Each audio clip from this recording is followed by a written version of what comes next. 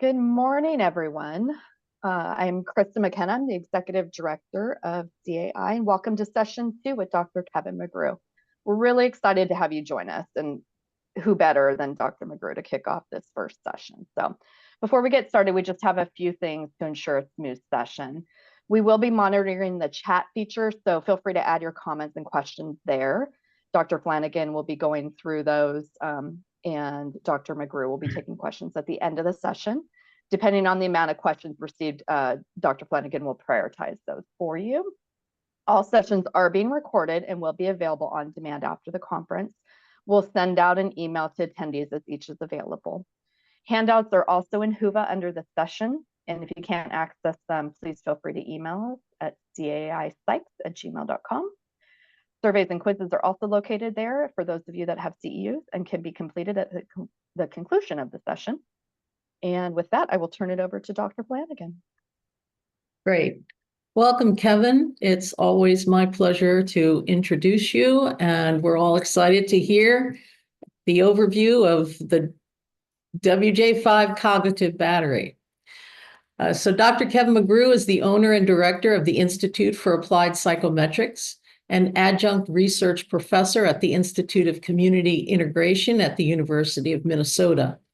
He was a practicing school psychologist for 12 years, a professor of applied psychology at St. Cloud State University for 10 years, and a visiting professor in educational psychology at the University of Minnesota for 19 years. He conducts research regarding human intelligence, intelligence testing, adaptive behavior, and applied psychometrics. His most recent interests include his proposed cognitive affective motivation model of learning and network theories of intelligence and psychometric network analysis of cognitive and achievement tests. He is co-author of the WJ III and IV, and of course, the WJ V. He has authored numerous journal articles, book chapters, and books based on his research.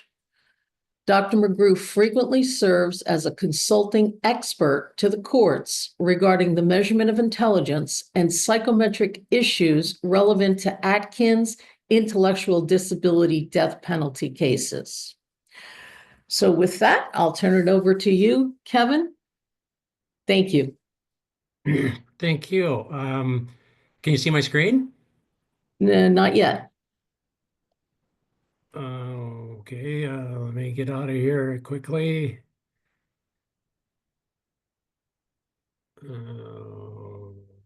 Where you see me at all? I can see you, yes. Okay, because the thing was frozen, my screen. You see that? Not seeing it yet. Oh yeah, I'm gonna have to do share screen. Just a minute. Okay, where do I get that back? Where's the share screen? So if you look at the bottom of your screen, you might have to put your cursor right at the bottom, and you'll see there is a share. See where your audio is and your video, and keep moving over, and you'll see where it says share. Yeah, I got to get back into Zoom here. That's what I need to do.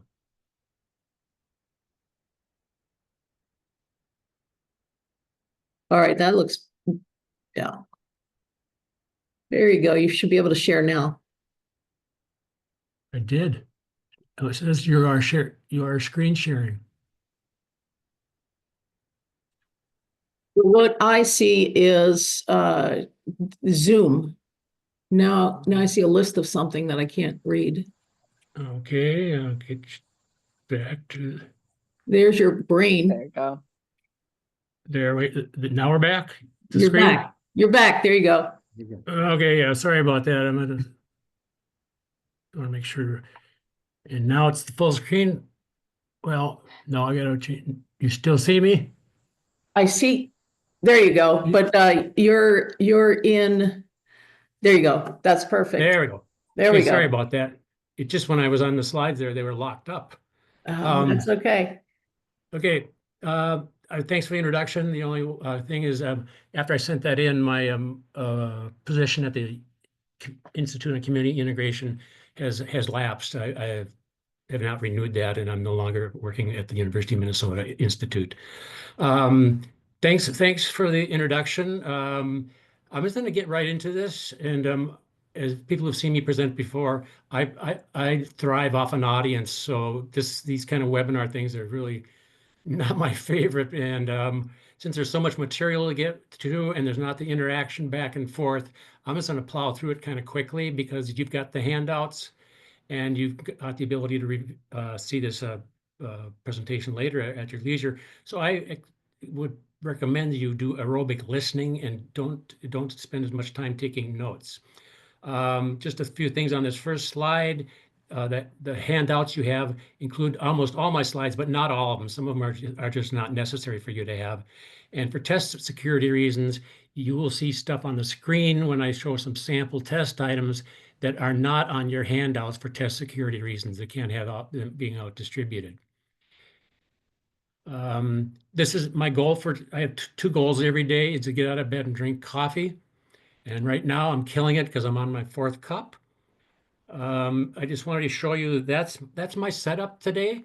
And so sometimes I'm looking around. I've got a timer going off on the right hand on my iPad. I've got my diabetes monitor underneath it because I basically don't have much of a pancreas after serious illness in 2018.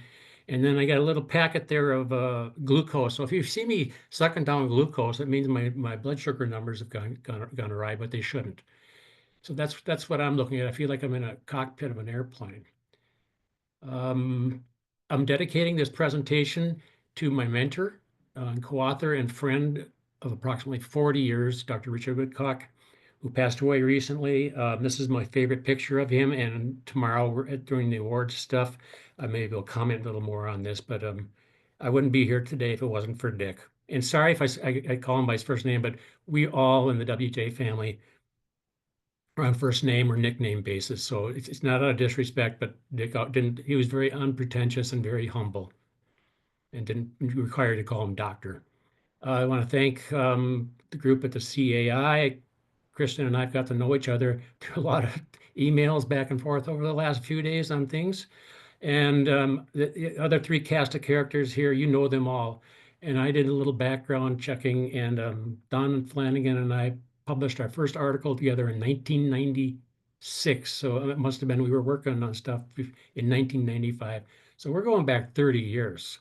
So if I call Dr. Flanagan Don, I call Sam, and if I call Vincent Vinny, that's just the way it is. We are such close friends, and we've known each other a long time. We got stories we could tell about each other, but we'll leave that for another day. I want to also acknowledge the legacy team. That's what I call a WJ V legacy. These are all people who are not Riverside employees, and these are the people, us, who have been behind the WJ. Some of us way back to the WJR, and some of us from the WJ III forward. Myself, Dr. Nancy Mather, who will be presenting later, Erica Lafort, who's the psychometric whiz, and is going to share some very interesting stuff on the platform, the whys and for of it. David Daly, unbelievable applied statistician and unbelievable person in terms of writing code and R code and doing norm development.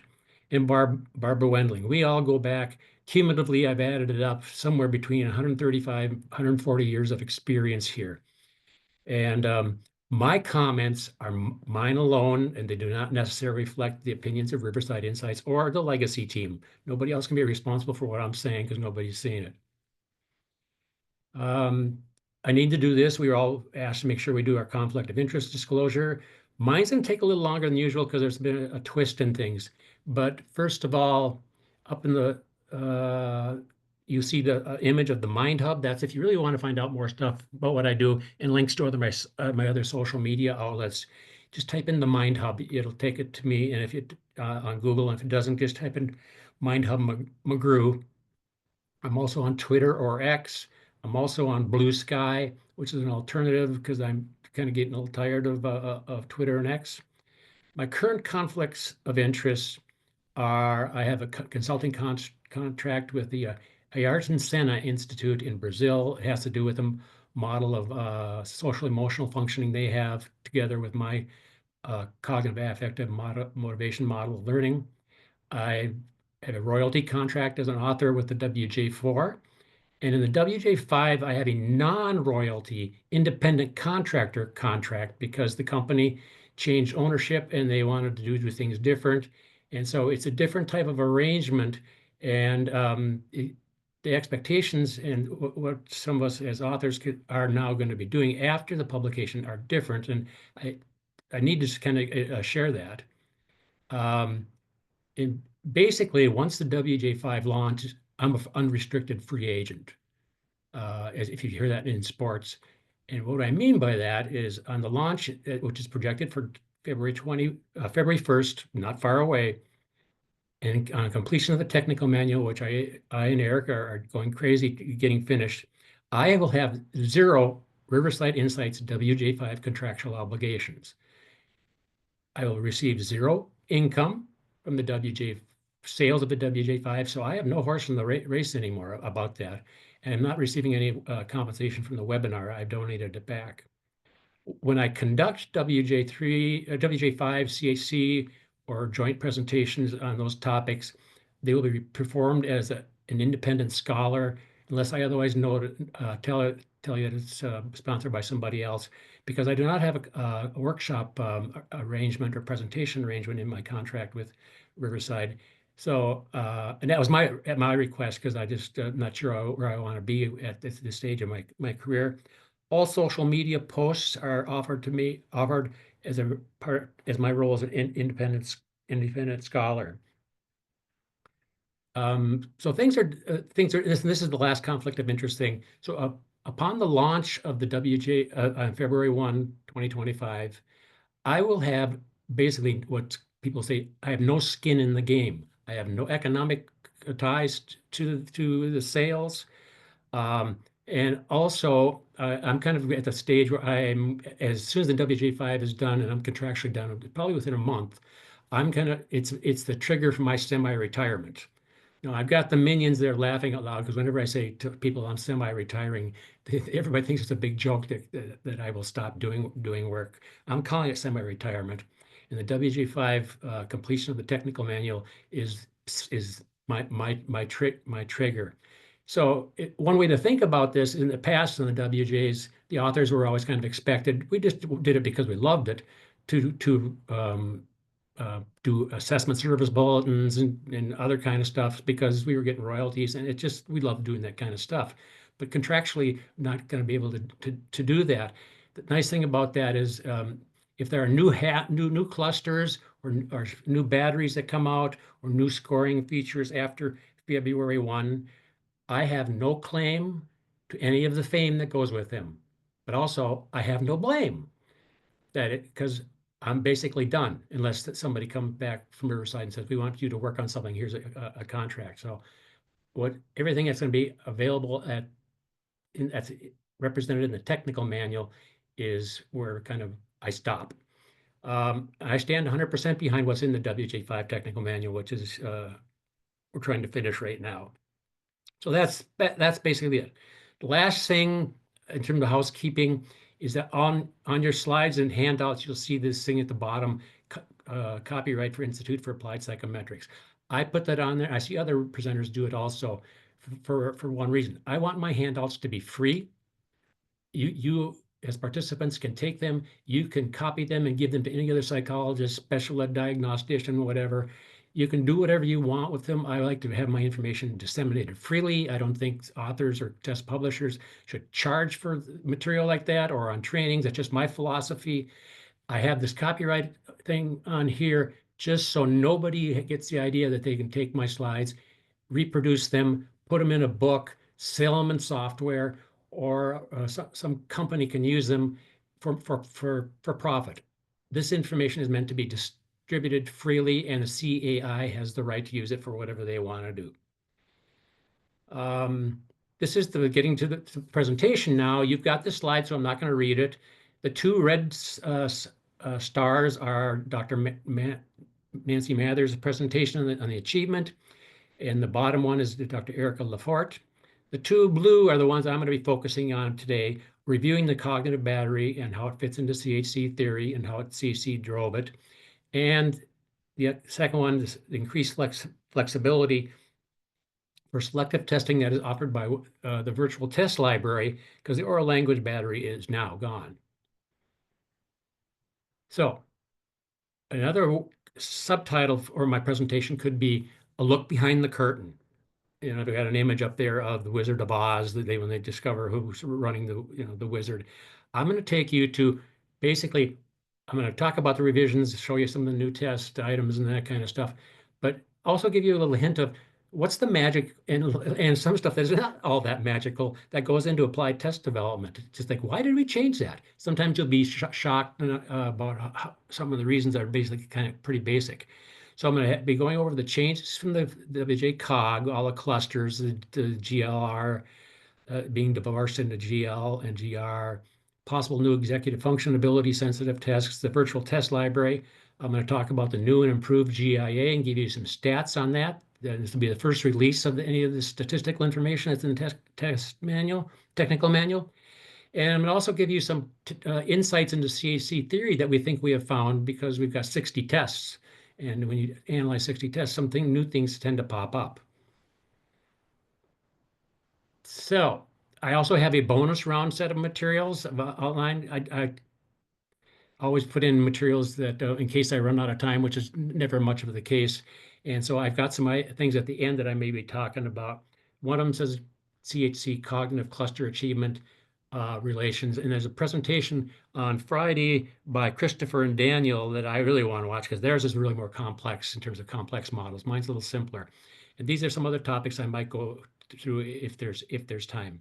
If I have to have filler time. I'd really like to get to the first one, which is a first peek at how the different clusters relate to reading and math across the grades ages 6 to 19. Very preliminary analysis that's not going to be in a technical manual because it's more suited for a journal article. So you've got in your handouts, you'll get these selective testing tables.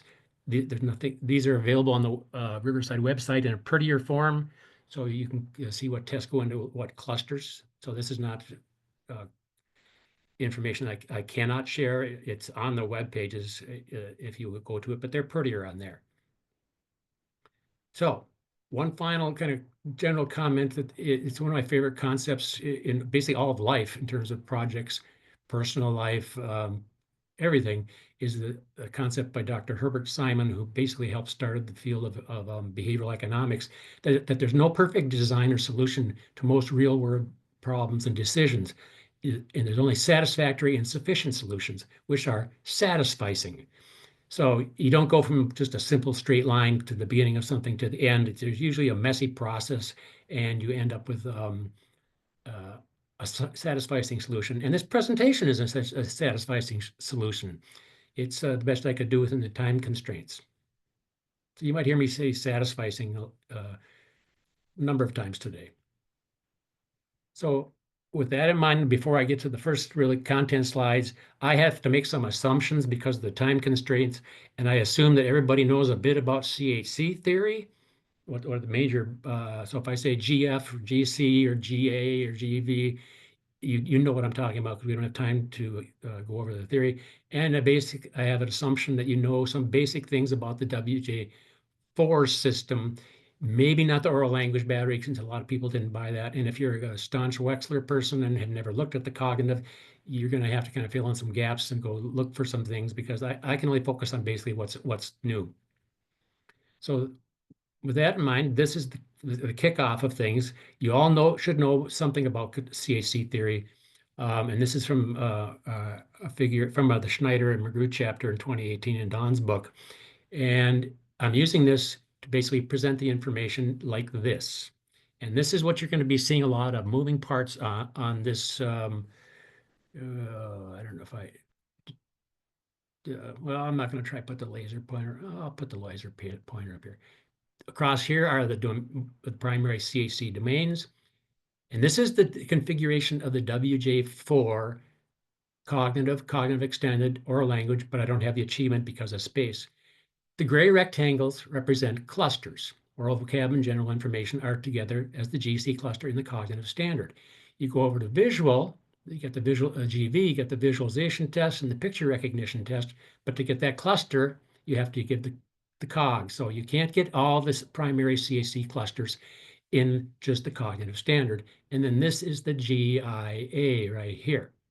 And I'm going to be showing you changes using this figure. Okay, just what I thought. You put the laser pointer up, the thing stops. So I'll take it off. Okay, first change, we changed the names of some tests. That's just cosmetic. Animal number sequencing, an auditory working memory task, has been changed. I mean, object number sequencing has been changed to animal number sequencing. And semantic retrieval fluency is the name of a test that you previously was retrieval fluency. Just the names have changed. So that's cosmetic changes, basically. Here I'm basically emphasizing that the only cluster that has changed, that has stayed the same in the cognitive is the working memory cluster. The GIA cluster and all of the broad ability clusters have changed. So that's a lot of change. A lot of test publishers aren't willing to do that amount of change, or a lot of test authors aren't do that. We in the land of Woodcock have never been afraid of change. And as I said, well, I've already ahead of myself, that the GWM is the only cluster composition that is not changed in one shape or the other.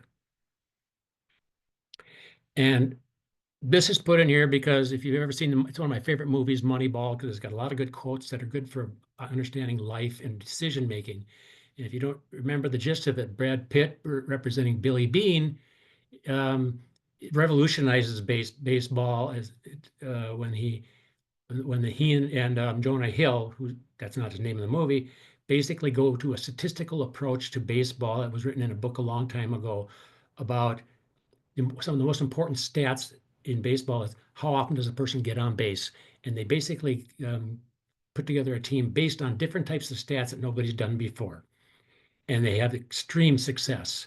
And at the end of the movie, Brad Pitt or Billy Beane meets with the owner of the Boston Red Sox and wants to hire him.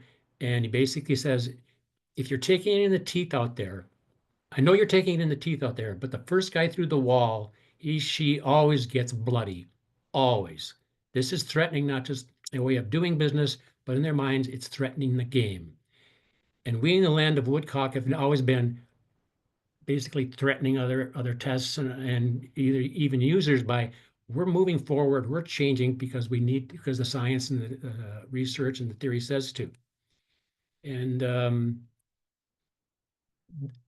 here's myself and Dick, and I want to present this slide, and I apologize. There's one word in this little animation that might offend some of you, but I think it's really kind of a.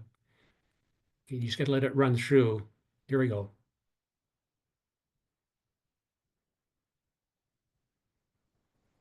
So it's from the History of the World, Mel Brooks.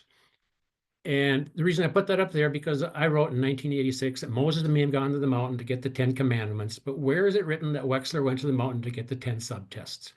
If you were not a school psychologist back in the 1970s and 80s, you do not realize the wars that went on with the Woodcock-Johnson and how school psychology basically threw the cognitive battery away because everybody thought the WSCAR was the gold standard and the only way you could measure intelligence. I was included in that. And this is kind of represents the way that Dick thinks and the way I think. We believe you need to move forward with change and not be saddled by the inertia of tradition, which is one of John Horn's favorite comments. This quote here is in my book, but it is actually something Dr. Woodcock said at a conference in Minneapolis, Minnesota in the late 1970s, early 1980s. I can't remember where. He denies that he says that. And he said, no, that's yours, Kevin. And I badgered him forever, but it was his. I heard it. And so that the point here is we have a lot of change. You need to embrace change. And if you don't like change, the Woodcock cognitive and the achievement is not your instrument. So now 2 tests were removed and replaced later.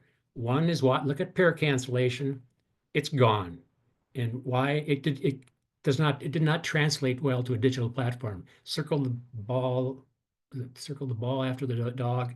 It was hard to translate that to a digital platform and with the stylus and such. So replaced it with something later, which I'll talk about. The other test that went is picture recognition. They were removed. They're gone.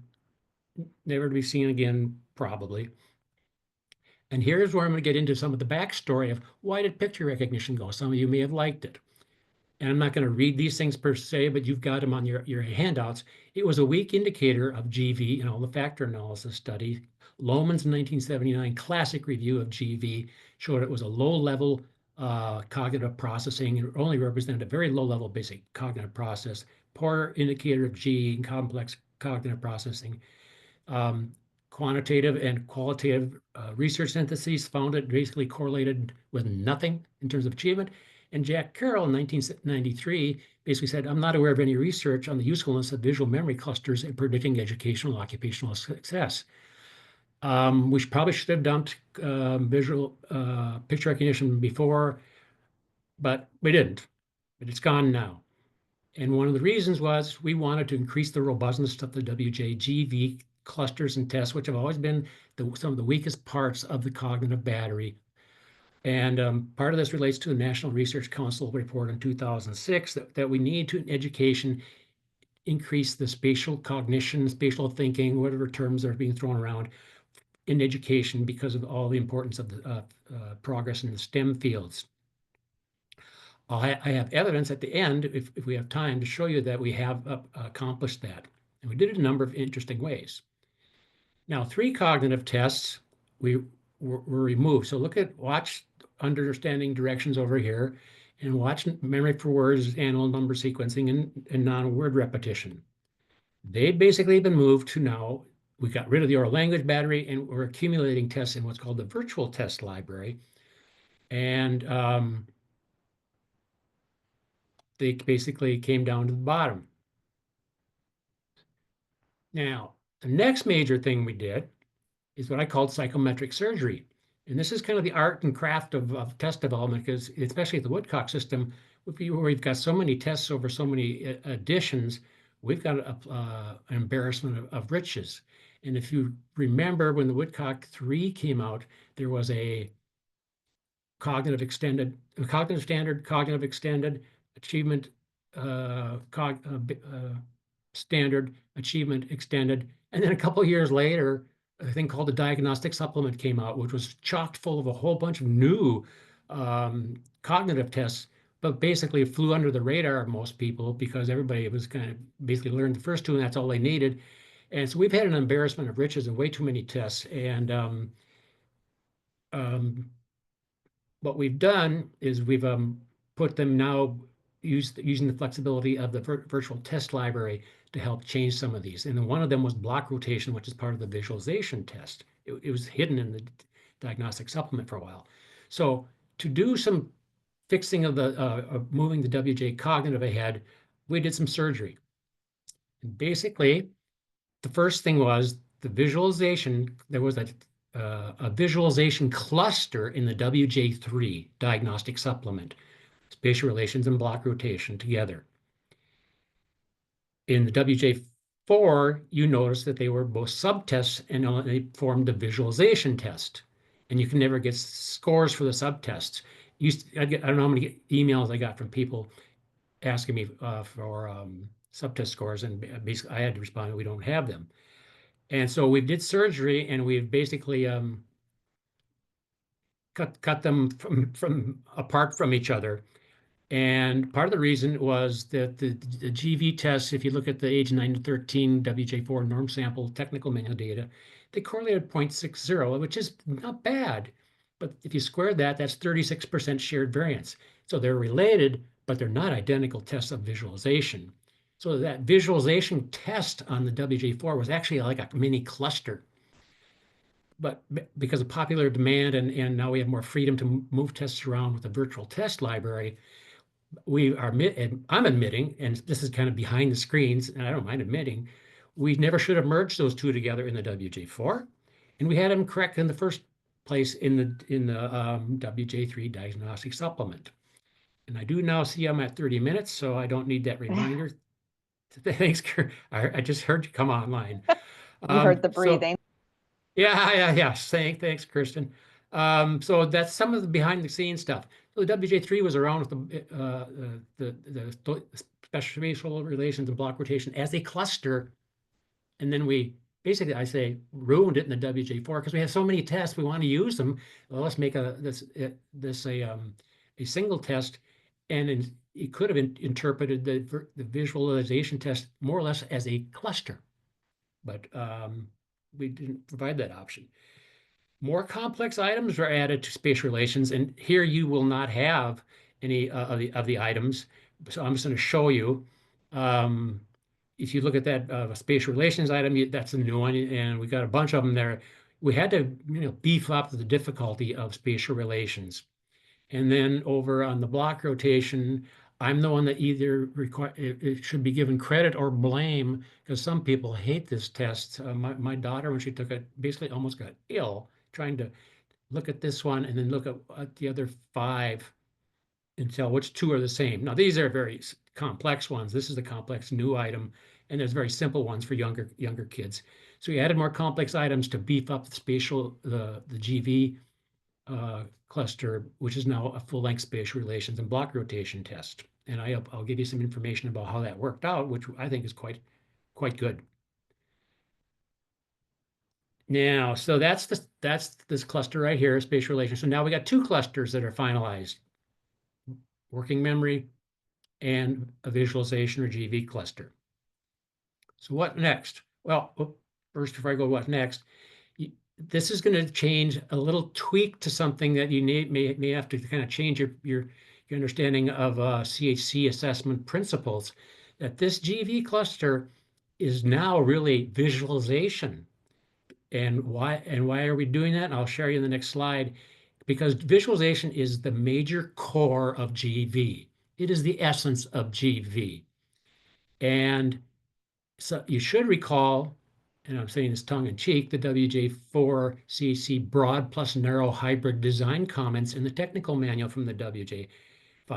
Now, I know everybody has just memorized everything they do. It's written in the WJ V technical manual, but there's some really good stuff in there in technical manuals, and your technical manual can be your BFF, your best friend forever. If there's information there, if you know where to hunt for it.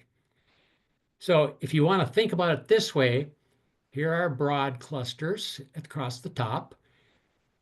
Speed of lexical access and perceptual speed and language development have been promoted to their intermediate in terms of the Carroll model or the CHC, their immediate stratum. And these are the narrow abilities, these white ones down here. Those with red font are, Joel and I have added the feature in our 2018 chapter, that those are the major abilities under a domain. Regular font are minor abilities. For example, if you go over to GV, which we're talking about, there's a thing called length estimation. Resistance to perceptual illusions, spatial scanning, MV visual memory, which was the picture recognition test. They are not really that important. So in the WJ4, this was in the design and in some of the clusters, what's called a hybrid narrow plus design strategy. So when you look at GV, you're actually talking about visualization, this cluster right here. And to make this sense conceptually, in the same way that induction is central to GF, language development is central to GC. This is the stuff Joel and I have written about. Visualization is the core ability of GV. It's the strongest relation with general intelligence, and it's typically the strongest loading test on the GV factor. So in the WJ4 hybrid technical manual, this was a preview of what was coming down the road in terms of CHC test design. We did it in the WJ. And now we're doing maybe a little more obvious here. And this is from the technical manual, from the WJ5 technical manual that we're basically working on right now. and basically in the WJ3, we had the principle, and this is the same principle that is underlying most of the cross-battery assessment, that we wanted to construct relatively pure, broad CHC clusters. And that's why we got GV being spatial relations and picture recognition. But now it's our belief that we want to have that's really wasn't a good combination, because when I look at the data analysis, picture recognition did not increase the cluster. The visualization test by itself with the two spatial relations and block design tests had a certain reliability, and picture recognition only changed the reliability of the cluster 0.01, and it did not increase the predictive validity of it. All the validity prediction came from visualization and spatial relation. So why have the picture recognition? So it's getting at the practical reasons of sometimes what we need to do assessment. And related to a article I wrote with Barbara Wendling in 2010, a review of the literature on CHC cognitive achievement relations, that most of a lot of the prediction of achievement comes from narrow abilities and not broad abilities, with some exceptions. And this is basically the whole idea. There's no perfect design. If you want to have pure broad clusters in every area, in a place like GV, if you water it down, which I think is what you do with picture recognition, you basically are not getting much bang for your buck. You're actually not taking an opportunity to have a better practical prediction. So do you want to have all the broad cluster to be, in fact, very pure clusters, but maybe not as good in terms of prediction? Well, we came up with a compromise, which is a satisfying solution. It was in the WJ4, but it's now more overt in the WJ5. And the next major change you may have heard about in the 2018 chapter that Joel and I wrote on CHC, that GL and GR are finally divorced. And what happened is, in 2012, Joel and I talked about this. We alluded about it in our CHC chapter, that there basically was a lot of family tension between GL and GR, because they were put together as GLR by mistake, or not by mistake. It was not a mistake. And if somebody wants me to ask a question, I'll talk about that, the why, because I'm the one responsible for that mistake. And then we decided in 2018 at the 2012 that we talked about these are two different things, but we'll still call it GLR. In 2018, we made the divorce final. And with that divorce, and with a little contribution phonological processing, doing a little psychometric surgery, we made some changes. And here's a little bit of data. If you've never seen psychometric network analysis results, this is what you get. It's very easy to understand. This is the article, the 2023 article, which I have uploaded to the WOVA app. And Joel called phonological processing in the woodcock for a Franken test, that had 3 different subtests, but they were all cut from a different cloth, and they really shouldn't have been put together. It was Joel's criticism. And in 2023, we published a psychometric network analysis in the WJ4 data. And if you want to a quick course on this, is these different colored areas are basically what are called communities in psychometric network analysis, which are like analogous to factors in factor analysis. And what you get are these different links that shows the relationship between the tests, which you don't get in factor analysis. And up here, if you look at general information and oral vocab, there's a partial correlation coefficient of 0.47. That's the highest value in this whole network. If you look at the rest of them, they're more in the 2s and such. And why you'd say, oh, that's kind of low. Well, this is a 0.47. It's a correlation or partial correlation between oral vocab and general information after all the variance from all these other tests is statistically removed. That they are still, they have something unique, getting rid of all the associations they have with other tests. So you got to look at partial coefficients in network weights with a different standard than factor analysis weights. And so these are all very significant. And if you note what we found in the phonological processing test is this down here that I'm bringing in. We found here's the GA cluster or factor, now it's community, segmentation, sound blending, phonological processing, word access, phonological processing, substitution. And a lot of you knew practically that this was an issue, going on, is that semantic or retrieval fluency, which is now called semantic retrieval, was the phonological processing word fluency part went with this community, which basically was GR. So the phonological processing Franken test was designed for a certain purpose. It was articulated in the technical manual. But as we really look at it post publication with this, and also I've done it with factor analysis where I broke down this test into subtests and did more in-depth analysis, came to the strong conclusion that word access and substitution, they're basically in the GA domain. Word fluency is with like retrieval fluency, now called semantic retrieval, and that represents GR. So that putting those together made sense from a certain point of view, but not from another point, from what we want now, because we want to have GL and GR broad domains. So we did some psychometric surgery, and so the phonological processing subtests had had three subtests. First, we took out the appendix, the word access test, and discarded that. Couldn't find a way for that. Next thing we did is we took the word fluency subtest and we created the phonemic retrieval fluency test. And so it's now completely a full-length test, and it's filled with items like these. You don't have this on your page. I want you to tell all the words you can think of that begin with the D sound, like in the word dog. You'll have 1 minute, say as many words as you can. And then you go. It's just like the old retrieval fluency, or now the semantic retrieval is its new name.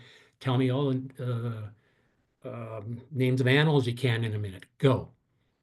So we came up with that, where you access your semantic lexicon through sounds. Then we took the substitution test, word substitution test, called sound substitution now, and made it a full-length test.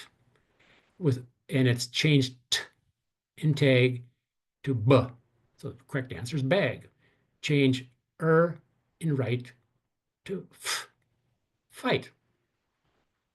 So we've made out of the Franken test, one of the Franken tests on the WJ4, we've made 2 new full tests. The thing with sound substitution, though, it's only recommended up through age 12 because there's a ceiling effect. Even though we made it a full-length test, that a skill tends to plateau earlier. But we provide norms all the way up through old age.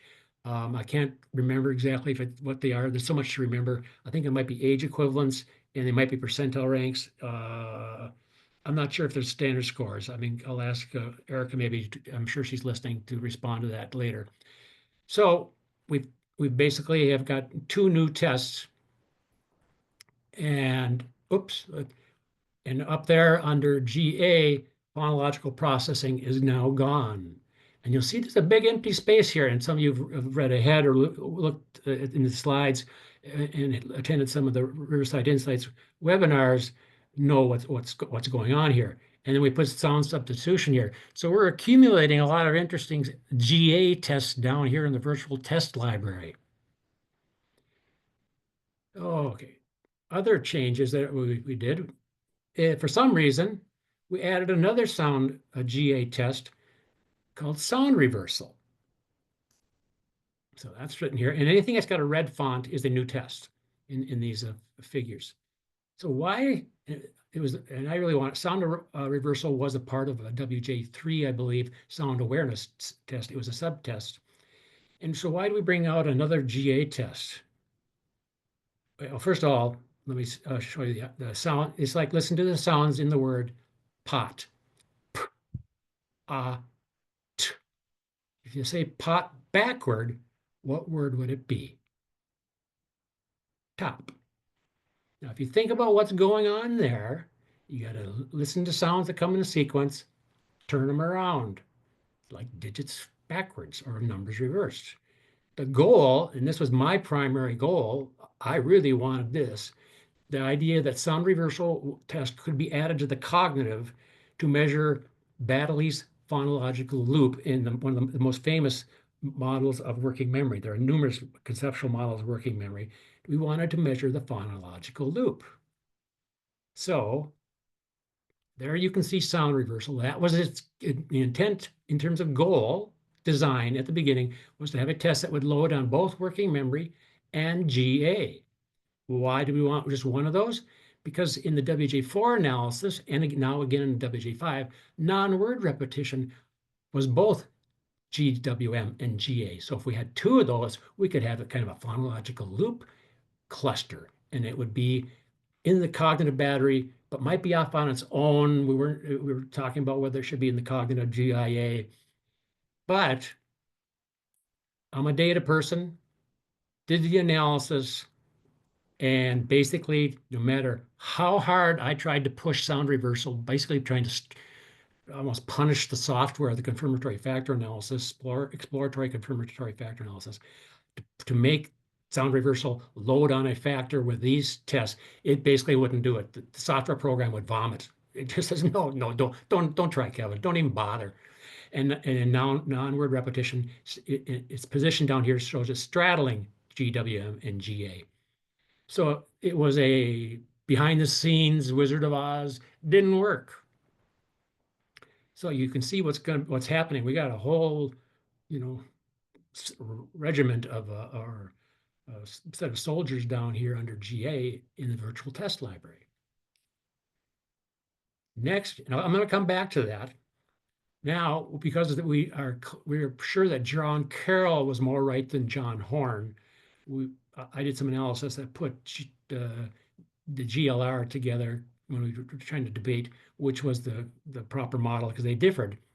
We now have GR, and we got semantic retrieval, which was previously retrieval fluency in the WJ4 in the oral language. But if you really know it, some of you are more seasoned veterans, it was actually originally in the WJ IV cognitive under GLR. So it went under cognitive, got shipped over to the oral language battery, and now it's back to the cognitive. And then we have the phonemic retrieval, which I showed you earlier, was added to create the GR, which was previously the phonological processing, the phonological processing subtest. So this is GLR, and I'll show you some data later that shows how well it goes. So now we've got a cluster that's not been available before, and I'm really excited about this one, especially when you see what if I get to that part at the end of a bonus round content, it really behaves well in terms of how it predicts some parts of achievement and what ages it does. And it's not measured in other tests like the Wechslers. All our intelligence tests have strengths and weaknesses. I've never been extremely critical beyond what the data says. So, and that's kind of behind the scenes. We did some psychometric surgery and created the phonemic retrieval out of phonological processing, put it together with the old retrieval fluency, and we now got a very robust GR cluster. Okay. This is if you want to consider a major paradigm shift, probably for me more than everything. At the beginning of the WJ5 project, when we were planning the blueprint and such, I could sense, I need to have a little drink of water here before I admit this. And I also have to check my blood sugars. Okay, I'm good. That there was a little anxiety amongst the rest of the team about a long-standing issue within our team, especially with Nancy and I. We always would go back and forth about this. And with Dick, should GA be in a GIA like IQ score? Should it be in there? Dr. Woodcock and I would argue, yes, it does, because we're CHC believers. And that's an important ability. Just because the Wechslers didn't have it, and there wasn't a lot of factor analysis research, it was like the last baby to be brought into CHC by John Carroll, and it was only tentative the evidence was not as strong. So Dick and I believe you needed to represent all the major broad abilities in the GIA. And I fought back and pushed back on attempts to get it out of there. Nancy was always after me about that. And I know everybody was a bit anxious about it. And I think everybody was a bit relieved when I said, yeah, let's take it out. I'm sure there's kind of like there was a earthquake somewhere in CHC land about we're taking GA out of the cognitive battery. And the reason I was willing to accept that now was because of the virtual test library. The oral language battery, it was, did a certain kind of thing, but with the virtual test library, which can be used either with the cognitive or with the achievement, is kind of like a swing battery. I felt very comfortable, and I love the idea you can still get a GIA score. And then for those who are CHC purists and want all the broad abilities assessed, you go just dip down into the virtual test library, get the 2 tests you need to get a GA cluster. So it's a paradigm shift for the WJ and primarily for Kevin. Now, this is going to be in some of the most interesting stuff, and it's behind the scenes of what's going on. We have a new visual working memory test that was in development for 20 years. I'm serious. And this is part of the history of test development. Some of you guys don't know. Sometimes tests are developed and they just don't work. And then they're left, but then they can be resurrected later at the right time. So we have a visual working memory test, which is factorially complex because it's got GV in it and it's got working memory component. You need some tests like that. If you're measuring constructs, especially working memory, executive function, information processing type things, you need blended tests. Alan Kaufman has written extensively about this. And what I wanted to show you here in the WJ III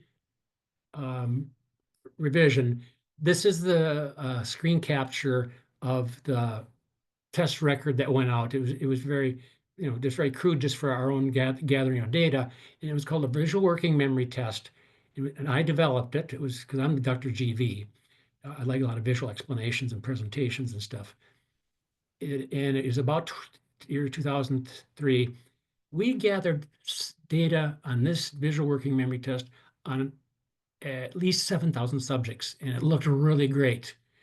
Why do I have it? Life is so hard? Because after we did all this data analysis and such, it was a grid with solid lines of figures. Some were just like an L, or some would be a square, some would be a triangle, and then some got really complex because it was a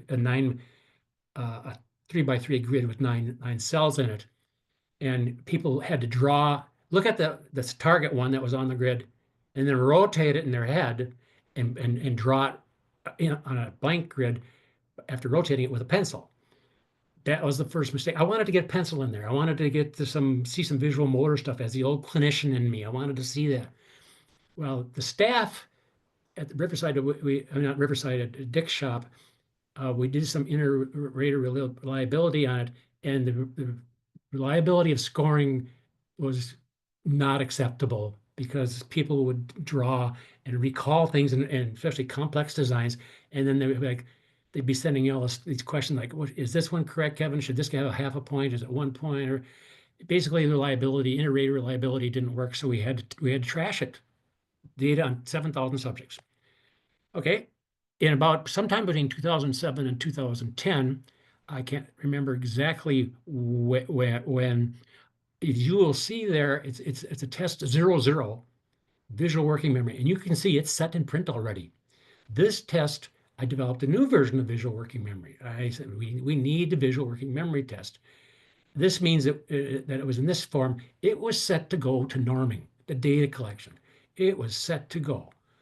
But my little partner here says when the authors and especially Riverside Publishing at the time, that's the name, saw the price of the data collection for the entire project when at the time it was the worldwide financial crisis at the end of the Bush administration, they came back to us and said, you guys need to cut tests. Well, this visual working memory test, because it was a page eater, it had so many pages to make it to do it, that it was the first test to go, and I was basically kind of devastated. But I had to. It is what it was. But it was a really good design. It was a grid with actually a disjointed grid, which I will be showing you later when you see the new version, with kind of large dots or black circles in it. You'd look at them, it'd be taken away. You then have to do a visual distractor task. Then you get the grid back, asymmetrical disjointed grid, and you would tap where you thought the recall was. The problem was with scoring, it was really hard to get to score it. I mean, to really harness what visual working memory is. So sometimes things come in blessings, and according to my friend Homer here, this makes it the perfect time. So Erica Laforte and I realized this visual working memory test, I brought it out of the mothballs and showed it to everybody, realized this is perfect for a digital platform. And why?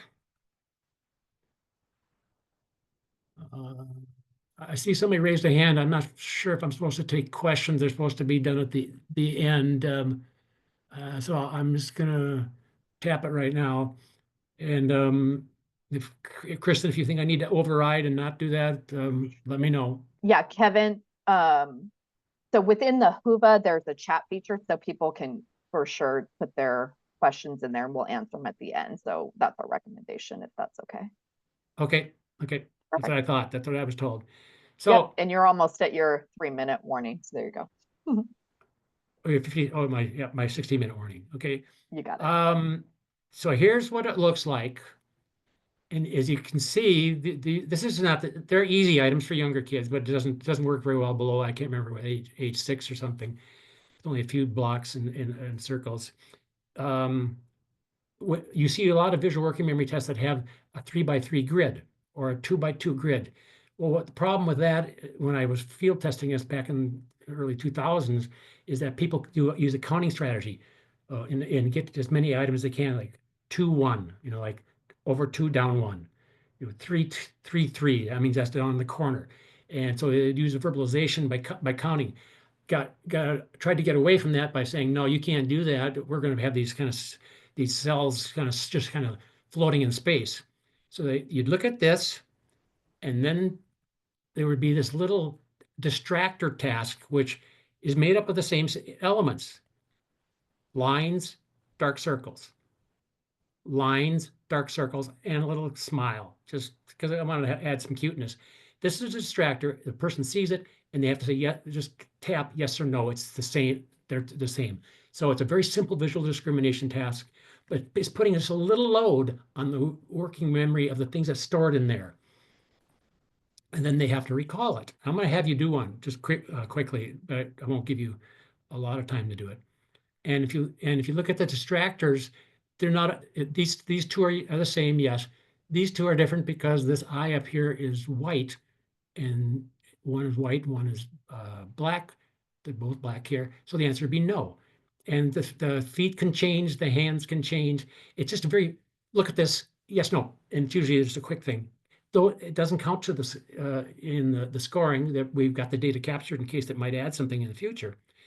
And what this is called in the literature is the ability to retain a visual spatial pattern, quote, in the context of cognitive processing, unquote. Or, in other words, visual working memory with selective cognitive interference. And I ran across this concept in an excellent article. It was just a little study by I'm not going to even try to say the name, in 2008. So it's kind of like verbal attention in the WJ4 and in the WJ5. Here's some a listing of animals, and here's some numbers. And then the person has to hold them in the proper sequence and then wait for the instruction. Now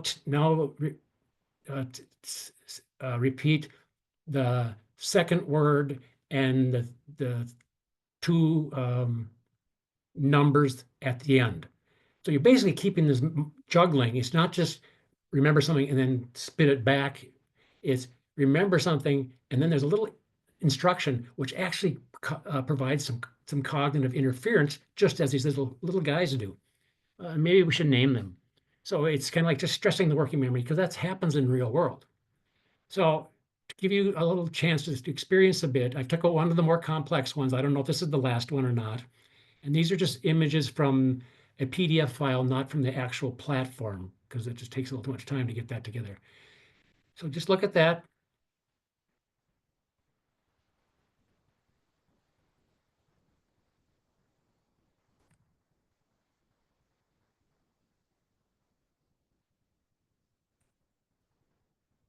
Okay, where were they all?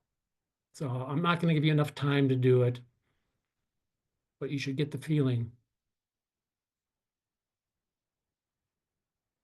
Okay, that's where they were. So here is some visual spatial stuff. Quick interference task. Now recall it.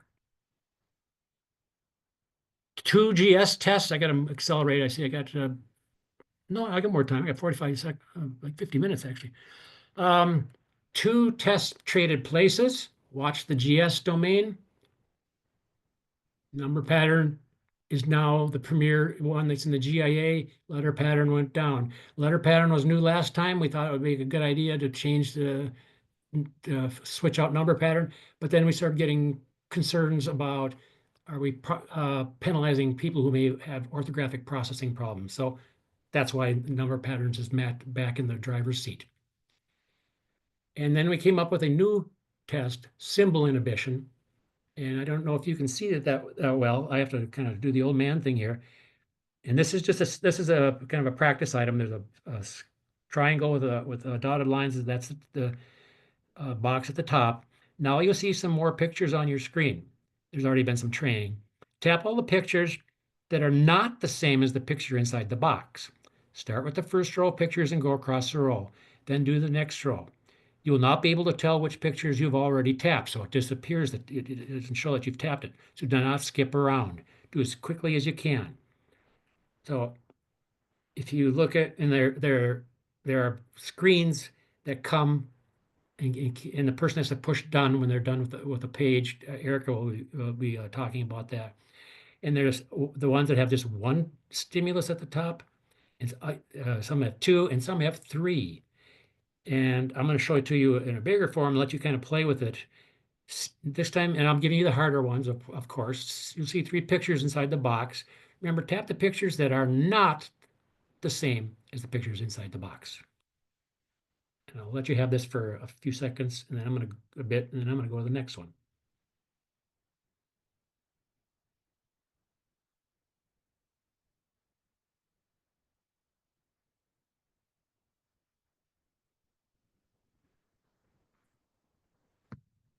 Okay, that's enough to get the experience.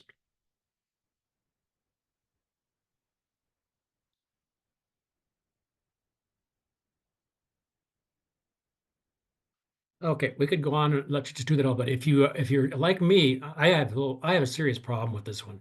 It's a Stroop type test where there's this interference that's going on, that if you got to tap the blue triangle, but then there's blue balls, so you have this tendency to want to push on the blue balls. So most people use a little bit of working memory to try memorize the thing at the top, and it definitely causes some interference. And I'm going to show you some really interesting data on this. So symbol inhibition is a speeded test, and it taps multiple executive control processes, including attentional control, response inhibition, and working memory management. It requires the examinee to inhibit and suppress cognitive interference, as like in the visual working memory test. Both errors of omission and commission are taken into account, with heavier emphasis in the scoring placed on inhibitory control, by having a greater penalty for errors of commission. And that's where I said that the WJ5 is the perfect time for this test to be coming out. If we would have tried to do it in the WJ4, but we're told not to because it had to be sacrificed because of budget reasons, we never would have got a test to work like this and measure these constructs. And I'll show you why in a bit. It's really cool. It's so cool that Eric will probably talk about it, I think. So as Homer says, there's something different. You and I are different people. There is something different about Mary. Remember that movie. There's something different about symbol inhibition. And this is, I get excited because now I'm looking at data. And if you look at this, the red distribution here is number pattern matching. This is the distribution of scores for symbol inhibition. Ooh, lots of difference there. The red here is the distribution of scores across all ages for letter pattern matching. Here's symbol inhibition. Imagine that. Symbol inhibition is doing something different than classic perceptual speed tasks. But let's go back to the WJ. Here's the WJ5 letter pattern symbol inhibition. Let's go look at the WJ4 and the test we replaced was symbol inhibition. That symbol inhibition replaces was pair cancellation. Those distributions almost overlap perfectly. So because the scoring was very simple back there and we couldn't keep track of where a person actually tapped, the scoring had to be simple. But with the digital platform, we can keep track of and count every one of those things. Did they tap the right one? Did they skip one? Etc. So before I give you the real key to this, there's also something about visual working memory. Look at this. It's a working memory task. Verbal attention is the red distribution, and here's the visual working memory distribution. A lot different. Here's numbers reverse. That's even wider. And this is visual working memory. Looking at these kinds of distributions, which is part of the stuff that you do when you do test development, it's a lot of times you don't see, and I don't even think we're even presenting this in the technical manual much in detail at all, is that they can't be measuring the same thing. And then we looked at, these are very crude growth curves from age 6 to old age, smoothed, and these are raw data points. It's a very crude, quick look at things. This blue one here is processing speed, letter pattern matching, number pattern matching. It's basically the most steep growth curve, but speeded tests are ROShed, and speeded tests violate a fundamental assumption of ROSH scaling that individual items have to be independent. And well, if they're time tests, if you get to items 70, it means that your ability to get there is dependent on those before that. So they're intercorrelated, but we still ROSH scale them because it's a nice metric to have. So don't think that this ability, which is it looks more like an achievement ability, is what processing speed is like. But this is what it looks like from a classical perceptual speed, with the caveat that it's not to be compared to the others. But if you look at that, look at symbol inhibition, which is what color is that? Turquoise down here. Look how quickly that reaches an asymptote and then declines. This is GC, oral vocabulary. Growth continues for a long time. Remember, there's a standard deviation around here, so not everybody's the same. Here's auditory attention, working memory, our best auditory working memory test. Now look at visual working memory. It's this red one down here. And then this is retrieval fluency, which is of interest.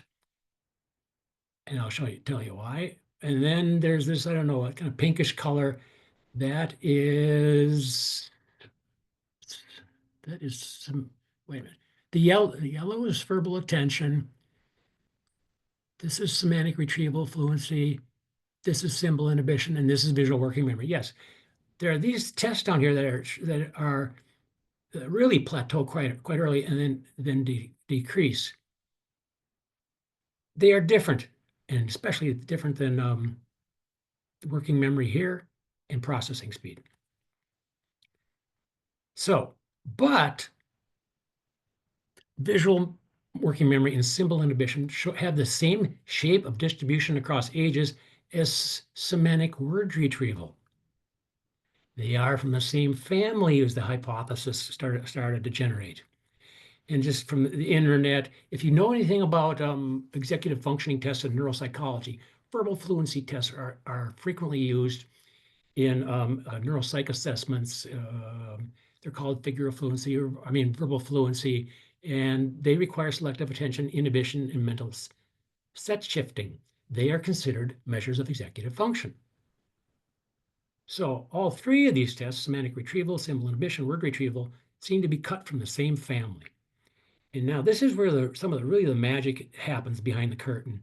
And this is the brilliance of Dr. Erica Lafort, that you couldn't do this. You couldn't score those tests in a paper, pencil, easel type test, because there are 4 possible outcomes when an examinee encounters a box on visual working memory or a symbol on the symbol inhibition test. Correctly skips, incorrectly taps, incorrectly skips. And then we keep track of these with these kind of X, Y, Z, I, and O. And these formulas are used to give the score for visual working memory and the score for symbol inhibition. And it gives you these different distributions, because we can keep track through the digital platform where everything is touched and what type of error made. We think we are now getting closer to a way of measuring some of these executive functions. I mean, this is so cool, and Dr. Lafort deserves the credit for this. It's just unbelievable. Oh, and then I looked at some the literature of executive functioning. I'm still looking through this about what do the distributions look like, what do the standard deviations look like, to see do they look like ours. And the current finding is yes, they are. So long story short, we got these real cool symbol inhibition and visual working memory tests now that are what I call executive function sensitive. We think it's the current working hypothesis. So symbol inhibition, which was planned to go with number pattern matching as the GS cluster, simply couldn't go with it. That was our plan, but behind the curtain, the data said, nope, you should not do that. We got away with it, pair cancellation, because the scoring was more simple and we couldn't do all that fancy calculations and stuff. So the GS cluster defaulted away from number pattern matching and symbol inhibition, which was the original plan. Things change, and that's why you do analyses and such, to this cluster, which is a GS cluster. It's actually in an intermediate perceptual speed cluster. So the broad plus hybrid, narrow plus broad design feature. Actually, perceptual speed is an intermediate stratum ability. I could say more on that, but I won't. Now, the new GL, the data spoke. This was the plan. Story recall would be married with visual auditory learning, and that would be the GL cluster.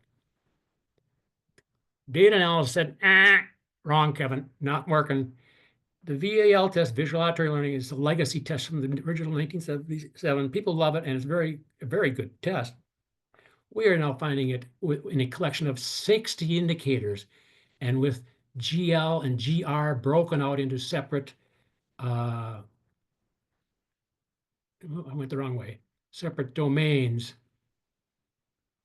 that VAL loads on GF and GV. It's some kind of hypothesis that the GV part is maybe some kind of visual memory, visual associative memory or something. And the GF, Dick Potok and I always saw visual auditory learning hanging around some of the GF number concept formation analysis synthesis tests, and hanging around with some of the visual memory tests, picture recognition, in our factor analysis of the prior editions. But it wasn't enough for us to get too excited about. Now that we've got a more robust GV and we got a more robust GF, which I will get to later, it's found it's a different animal, and we can talk about that during the question and answer. I could spend the whole time. The reason why, it's very complicated, and it was primarily due to the bad marriage of us forcing a GLR factor, forcing a test like semantic retrieval or retrieval fluency to going together with story recall and visual auditory learning. So it has to do with factor analysis that we now have these two domains, GR and GL, and tests underneath there. They've been combined, and they were combined in the past, and now they're separate. So it allows us to see a cleaner picture of what VAL really is. Okay, I should be about should be at 64 minutes. Oh, I'm on slide 64, and I should be at 120 minutes. I'm at 115. Yes, that's my not bad time management. But I better not gloat too much.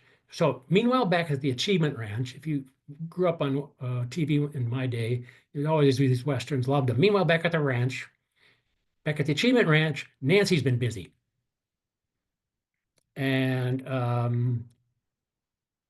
what we did, I'm not going to talk these, I don't want to steal her thunder. I'm not going to even show these tests, but Nancy will cover this. The achievement test, besides all the reading and writing and math and stuff, which I don't talk about, we now have listening, comp, oral expression, and academic vocabulary. There's some new tests, that's in red.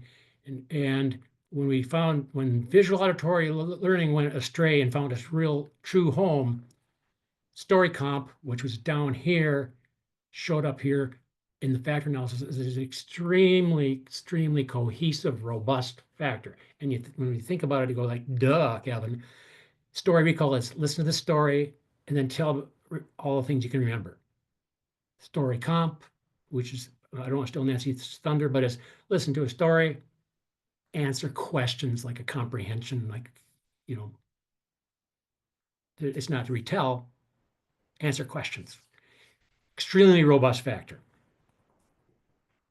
And if I tried to force a visual auditory learning to go on with those two in that factor, the program would vomit, say, no, no, no, no, Kevin, you cannot play with these pieces of software that way and make that happen. But I would do it to try just to make sure it's not going to work. So our GLR cluster is really, in terms of CHC taxonomy, a meaningful semantic memory ability. That's more of a major narrow ability, getting to that hybrid broad plus narrow. So this is some of the stuff that goes on behind that story comp was intended to be in the achievement, although we all know that these are cognitive abilities. These are all GC abilities, but they're in the achievement because they help with the 8 major areas of learning disability evaluation, but they are cognitive and basic. That's why they're listed under GC here. Okay, now I want to get to the king and queen, often called in CHC theory, the GF and GC are the king and queen, the most important abilities in the royal court. We did some changes here too. We can't just, you know, Dick's legacy is all of us in the Woodcock-Johnson team are very much into, we need to move forward, make changes based on research and contemporary data and the most available research, even though the users may not like it because they need to be doing the best thing. And there might be some struggles at first and pain in that, but you got to do it. So going back to this psychometric network analysis, first, before we do that, Joel Schneider, in his review where he talked about Franken tests, he said that his analysis was that the general information subtest on the WJ4 was more like a vocabulary test. And lo and behold, what I showed you earlier, if you look at all these partial correlation weights, which are very meaningful for psychometric network analysis, that the strongest one was 0.47. That these two tests have 0.47 partial correlation after you suck out all the variance from all these other tests. That is high. That confirms that Joel basically was right. So the idea was, we're being redundant in our testing with oral vocab and general information. So if you look at this data, and I did some other kind of analysis, one option would have been oral vocab plus oral comprehension. That's the listening ability in the CHC theory. That I would love to have done that, but oral expression is over in the achievement battery. So I can't steal it from Nancy. We steal tests back and forth over the editions, have little battles. But look at this. There's a verbal analogies test. Some of you who've been using the Woodcock from way back know that verbal analogies was in the 77 broad cognitive ability. It was one of the 12 tests to give you the BCA. In the WJR, it was demoted to test 21 in the cognitive battery, not a part of any cluster because of when we started the CHC purity thing. Clusters of, like a GC cluster needs to be comprised of two qualitatively different narrow abilities. Well, verbal analogies is a GFGC test. So it was kicked to the bottom. Then in the WJ3, it was made into a subtest. And so was oral vocab made into subtests. Oral vocab antonyms and synonyms made into subtests. And so was picture vocab. So we had a single test called verbal comp. And then verbal analogies was resurrected again, but it's not in the WJ4. It's in the WJ4 ECAD, early cognitive and academic development battery. But although it's in the preschool version there, we had data gathered throughout the entire age range, so it could analyze it, and that's why it was in this analysis. So verbal analogies shows us colors. It's also got a link to concept formation, which is a measure of induction. And this is so cool. I mean, you don't understand how that this is just what this does to a data guy. So we decided, this is one of those kind of practical, satisfying solutions thing. Watch general information. It was demoted out of this GC cluster. It's still around. And verbal analogies was brought back. And this little arrow here means it's GC and GF. So we've got a bit of a more little factorially messy GC cluster, but we think it's more important for pragmatic prediction and diagnostic purposes. So as you can see, I've been involved at the beginning of, but it builds on classic research from on validity from way back. From let's move everything to purity in terms of clusters. Two qualitatively different indicators. Don't mess it up by adding any other construct irrelevant variants, to now more of a practical hybrid approach, because you can always get a GC cluster from oral vocab and general information when it becomes available on the platform. Interesting. And you have this virtual test library where you can do things to broaden up some clusters which are now more intermediate or narrow. The virtual test library allowed a lot of flexibility to come into this. And it's basically finished what I say. Car is to drive as airplane is to, ride. Water is to pipe as electricity is to, and there's the different answers listed there. So verbal analogies is a legacy test starting in 1977 and has been on a long and winding journey in subsequent revisions. And we now have it in GC. And just to kind of summarize, so this is kind of like some of the background. This is going back how we've treated this test for 1977. Why is there verbal analogies in there now? Because it's historically one of the strongest indicators of psychometric G historically. And within all editions of the WJ, it is as the strongest G loading above and beyond concept formation and analysis synthesis. It's inductive. It's a hallmark of G.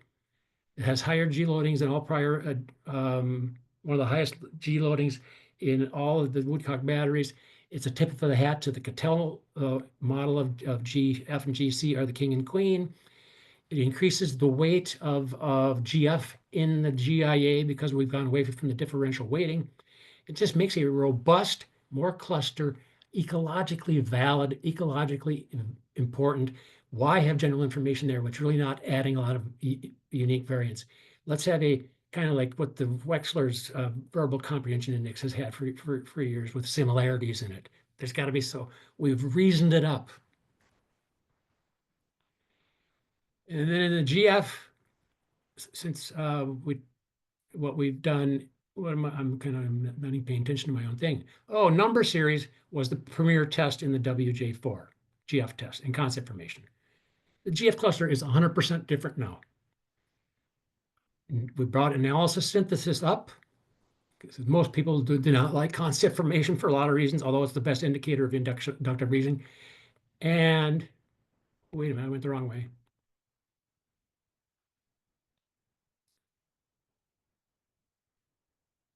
We've now in red there, we have a matrices test. There was resistance from, let's say, from Dr. Woodcock to putting a matrices test in there. We now have a matrices test in the WJ5.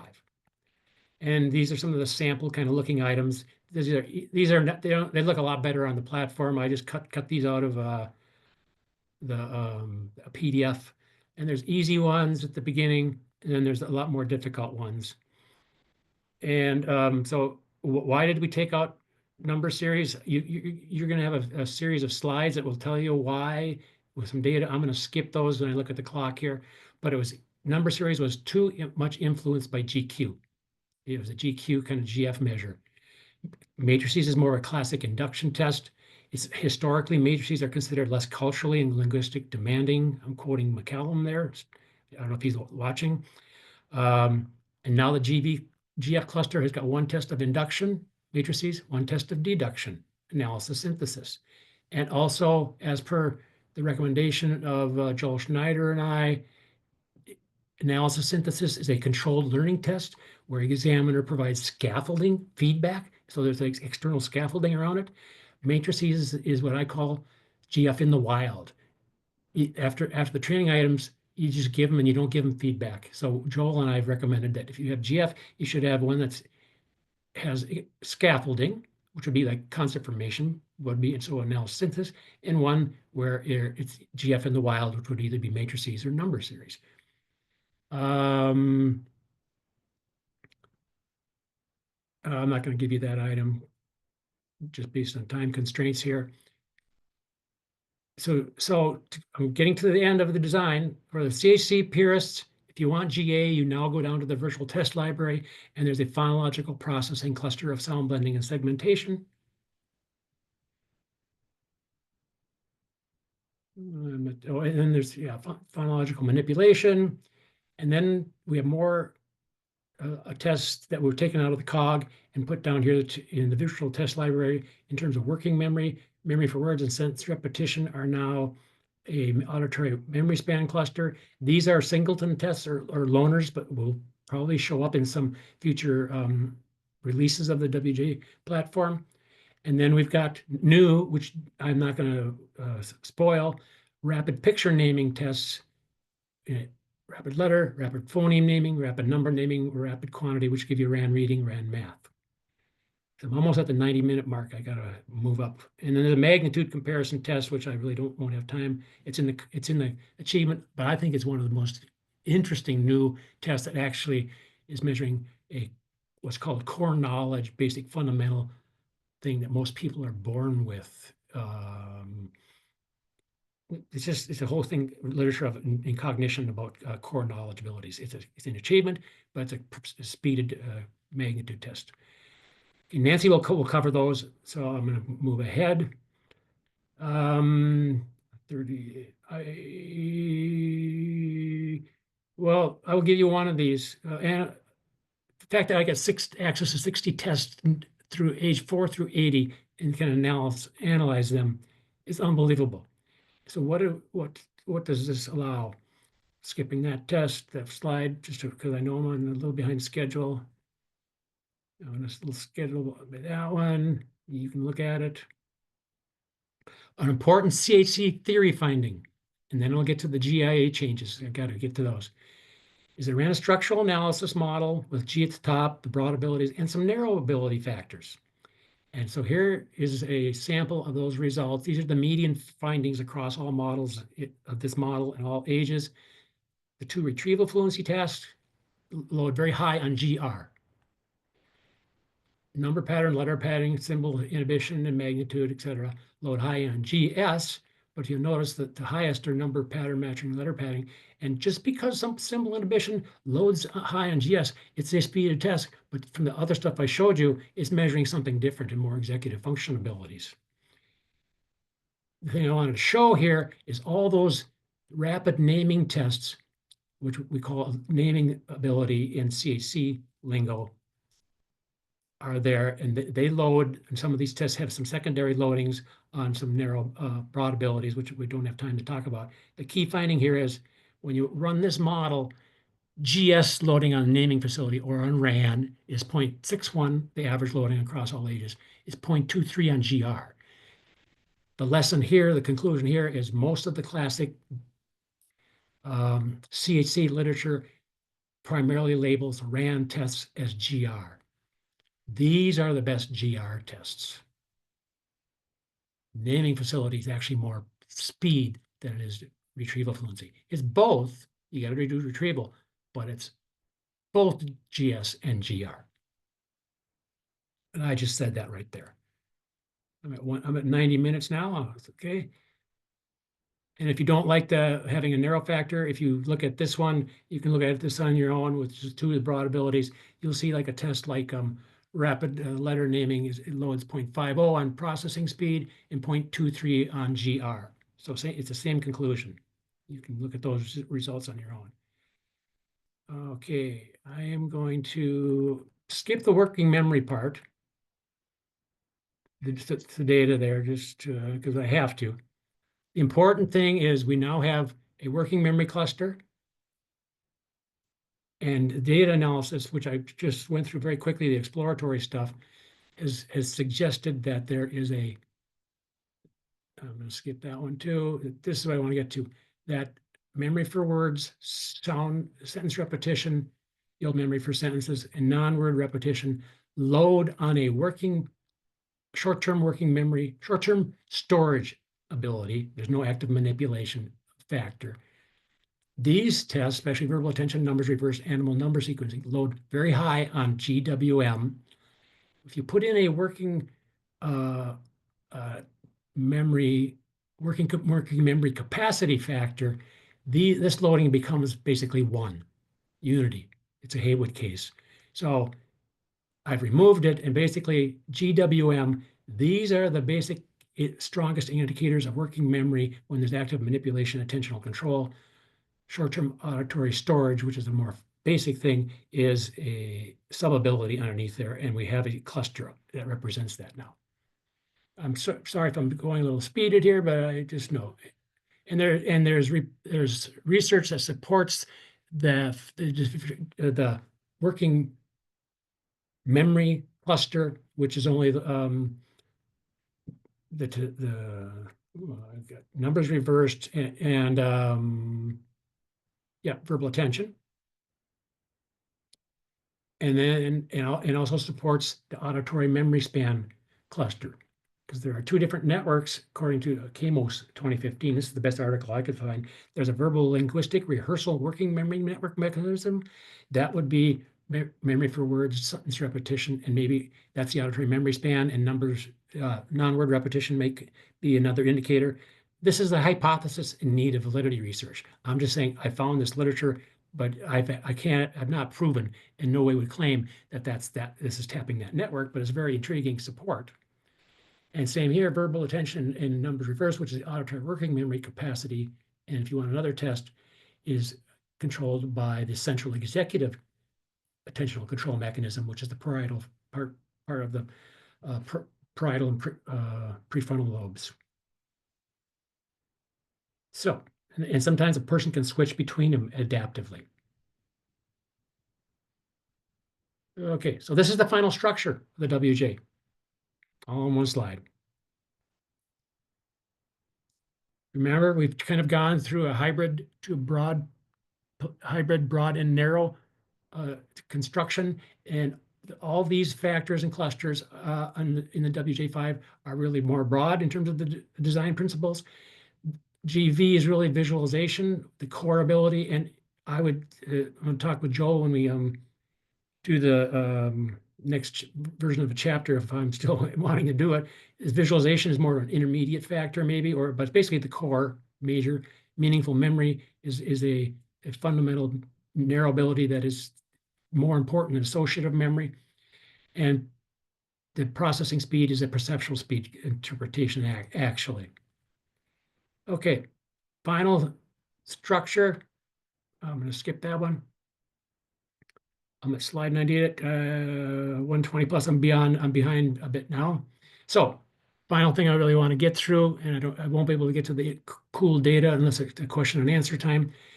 How did the GIA change? We listened to you and we looked at some data. This was the WJ IV GIA, the tests and the domains.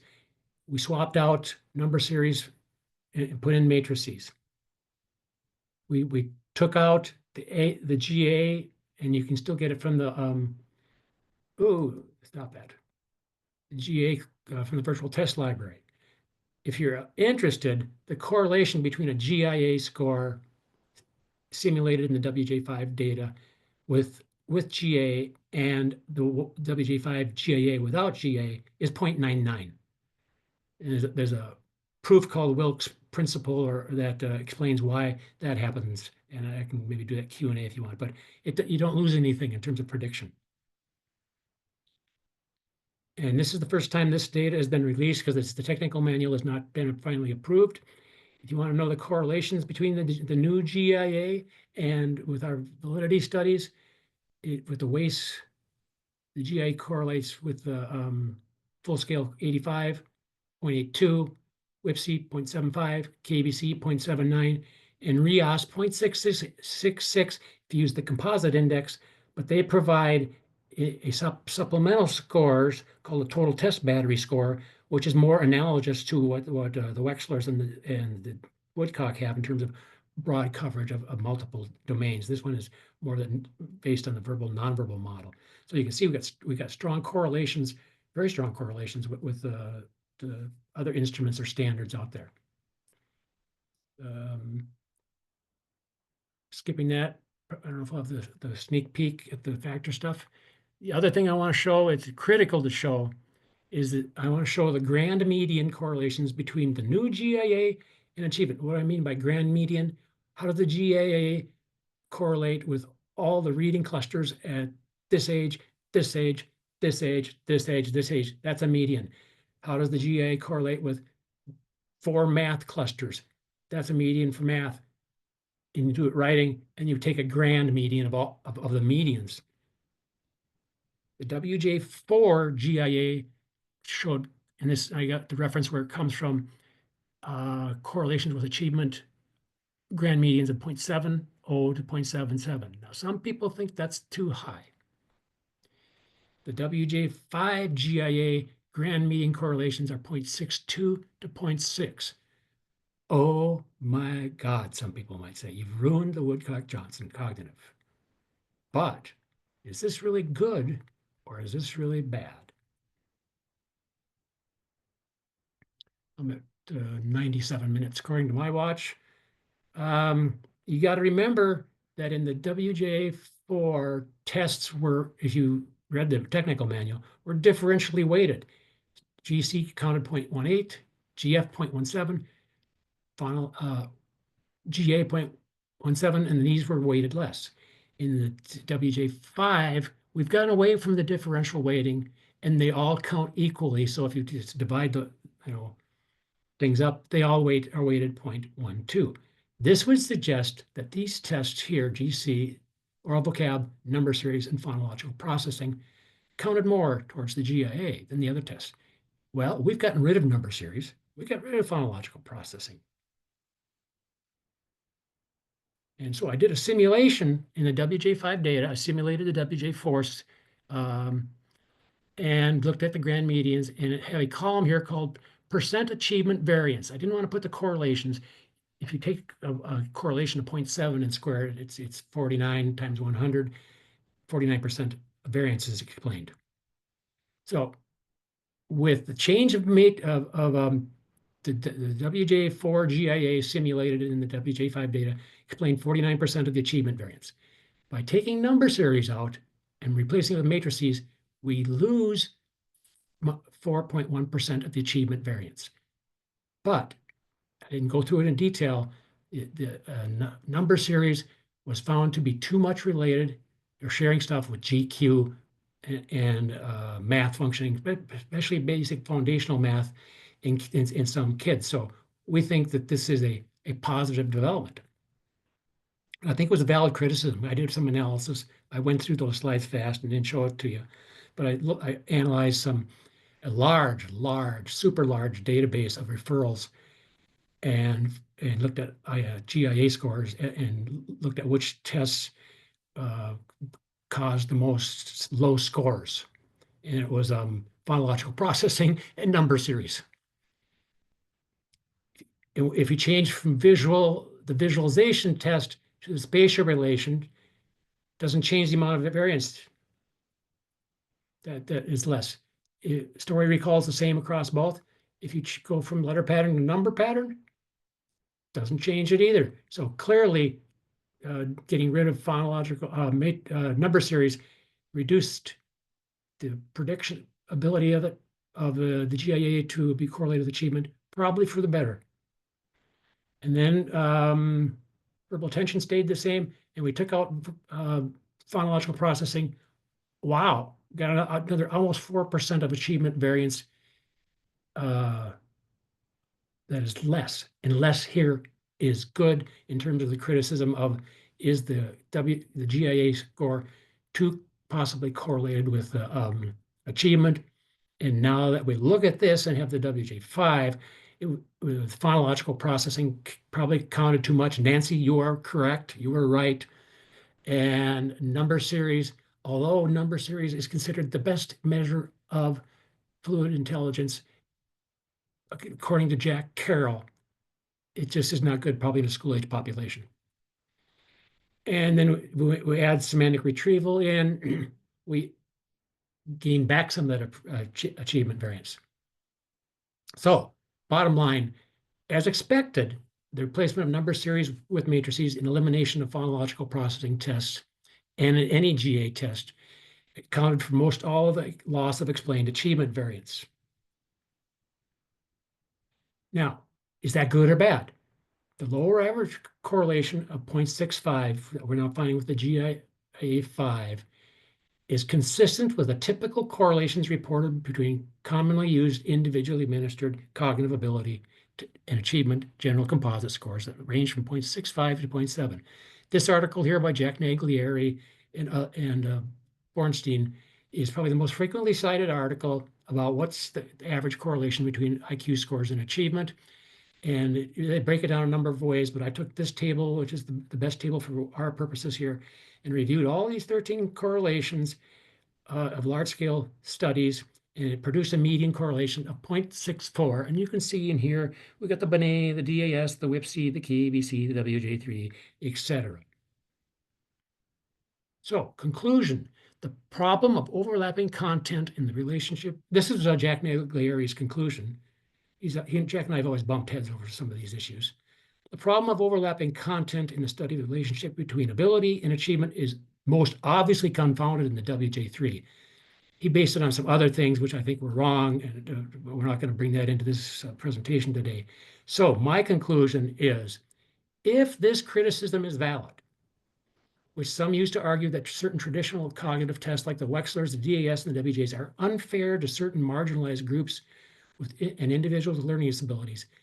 If that's the assumption, the criticism is no longer appears valid for the Woodcock GIA by changing in matrices and kicking out number series and eliminating GA, especially phonological processing. No longer a fair criticism. If this is the criticism you have of stuff and the values from that table suggest an average correlation of 0.64, we're there. So we think it's an improvement. Summary, good time. Won't get into bonus round unless it's in the questions. Major changes in the cognitive are select findings. This is what I've got. And I've got the picture up there of the final structure and the virtual test library. And again, the virtual test library is designed to work with the cognitive and with the achievement. And you can see that you can do, well, I'll talk about that later. I have it in a bullet. All broad CHC clusters are now available in the standard battery. You see that? They're all gray up here. You don't have to go to the extended battery to get the primary CHC abilities. Hallelujah. That was a priority. The GA cluster is no longer in the GAA, it's in the virtual test library. So you can bring it up if you want into the cognitive, or you don't have to. GLR split is formal, the divorce is there. We now have separate GL and GR clusters, and they show some really interesting correlations with achievement.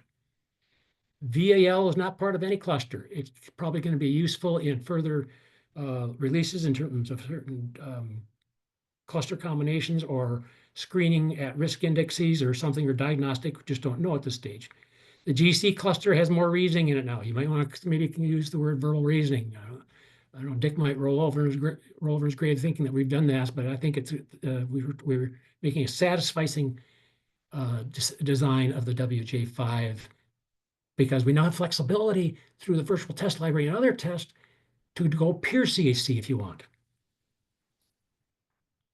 Structural analysis ran 3 different types of structural analysis: the Carroll G model, a Carroll G plus hierarchical model, and a Horn model.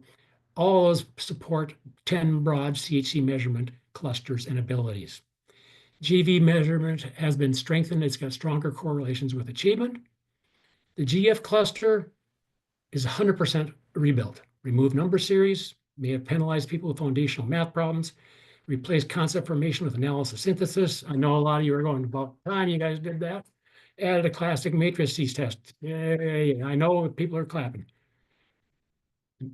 Other changes, we've got assessment of RAN, which is more GS and GR, but mostly GS.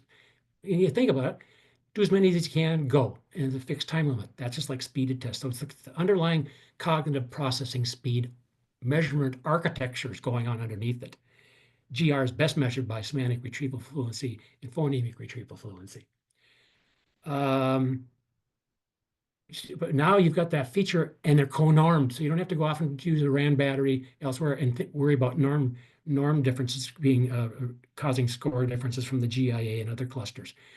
We now have more in-depth assessment with the virtual test library of RAN naming abilities, auditory working memory capacity, auditory memory span substructure, which was very robust finding in the data.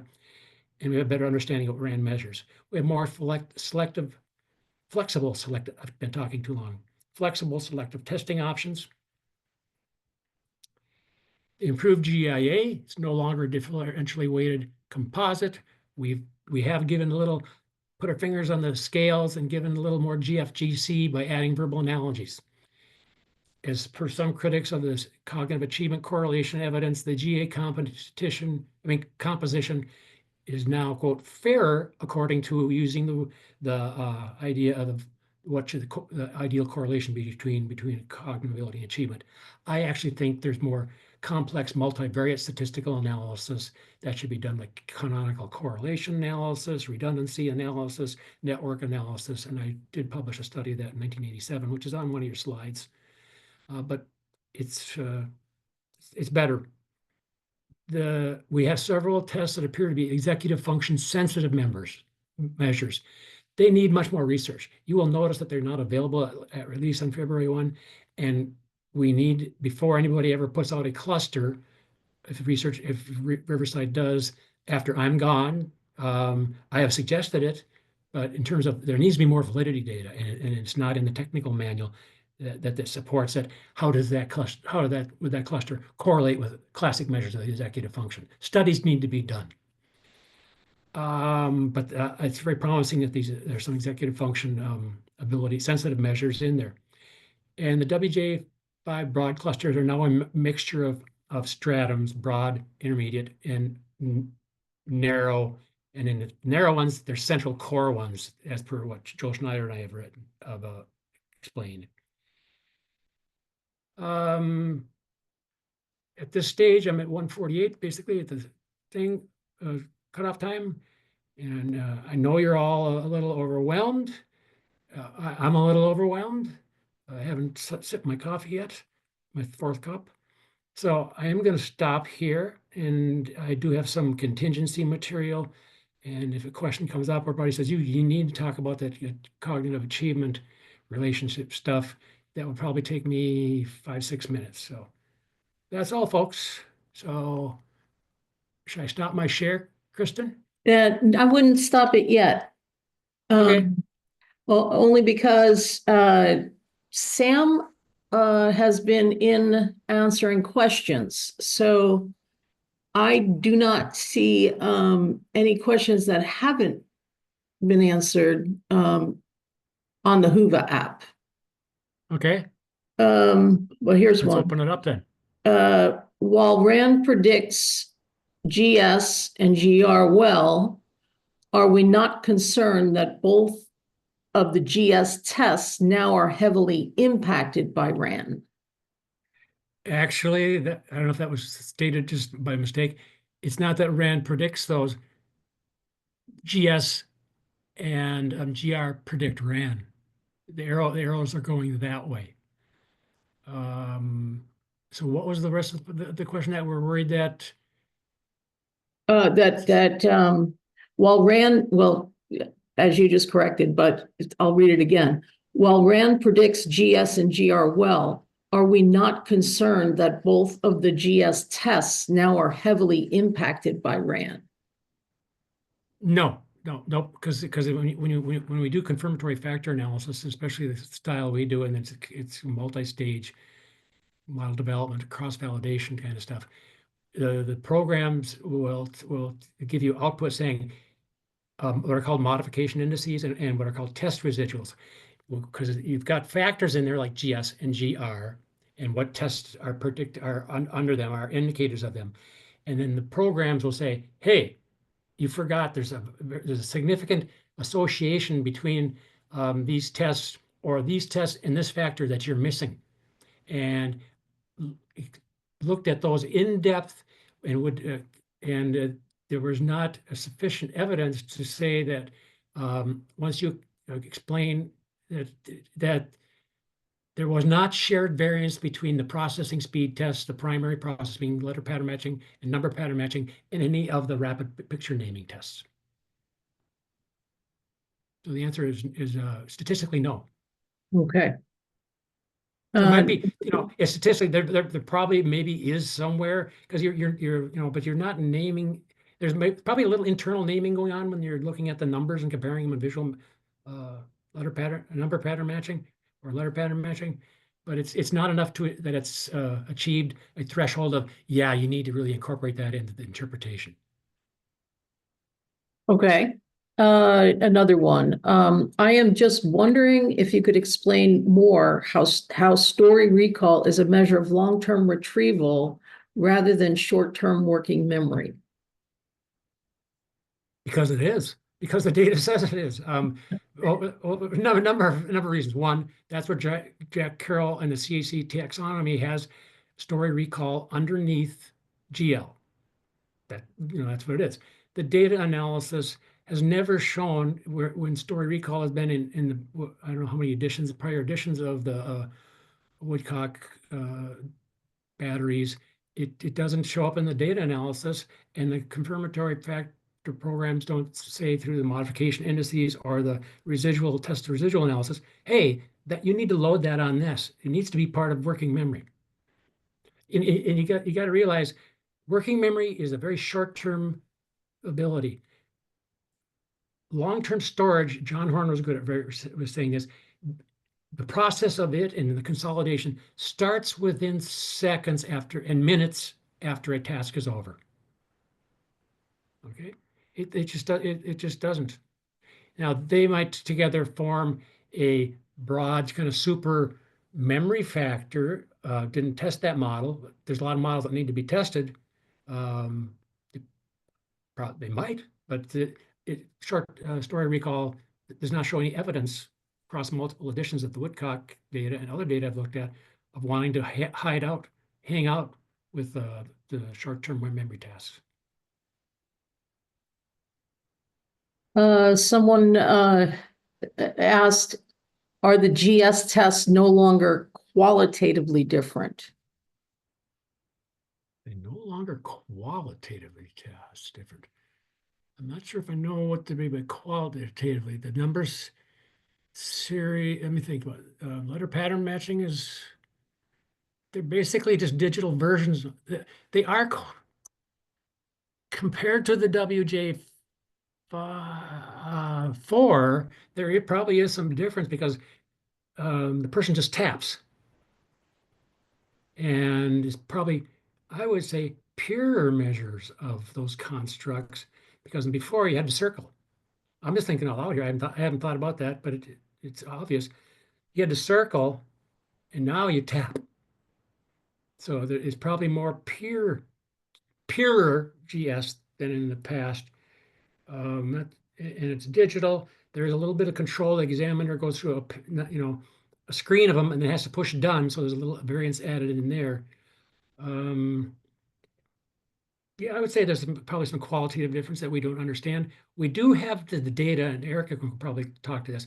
We have all the information about how long it took everybody to in milliseconds to touch each thing. I mean, just think of the data that's there that we might be able to do some new cool stuff with. But that's the only way I'd see them currently being most obviously qualitatively different. You don't have a fine motor control wrapping a pencil thing going on. Can you tell us a little bit about scholastic aptitude clusters? Are they in the WJ5? That's my question. Oh, okay. No, they are not. I have officially given up trying to get the field, and Dick gave up given up on trying to get people to use them. They are not used. When the WJ went to scoring on the Riverside platform, we got data on what tests and what clusters are used. And and this is really a sore point with me. One of the major reasons I got attracted to the first WJ77 were the scholastic aptitude clusters. Bar none, that was the primary reason, because I do reevaluations of students. I've been in the trenches. Somebody's had 2 reevaluations already with 2 WISCs, and there's no concern about slippage of cognitive function. I just want to put a thermometer in them. Their primary service area is reading. I could do it with 4 tests and get a reading aptitude cluster. It correlates enough with the broad GIA, and I would write reports saying, I haven't seen a significant change on that. And if there's no concern about some new cognitive processing kind of things, I thought it was a time saver for me in evaluations, those clusters. So they were there, and then they were differentially weighted. I got to think this through. Then the WJR, they went to equal weights because some tests were pushing the achievement better, and they were actually correlations better. Then they went to equal weighting. The WJ3, we realized people aren't using them, so we came up with a different idea. You give the GIA, get the GIA score, and then there was an option called, The predicted achievement the method? predicted achievement. We thought we were being brilliant. That let's take the 7. If you give them the 7 tests at that time to get a GIA, let's take those 7 tests, since it's all computerized now, there's no tables, and have them predict achievement and get the weights from those 7 tests as the most optimal prediction of achievement. Nobody used them. Nobody, hardly anybody. Maybe you, Donna, and some of the peers.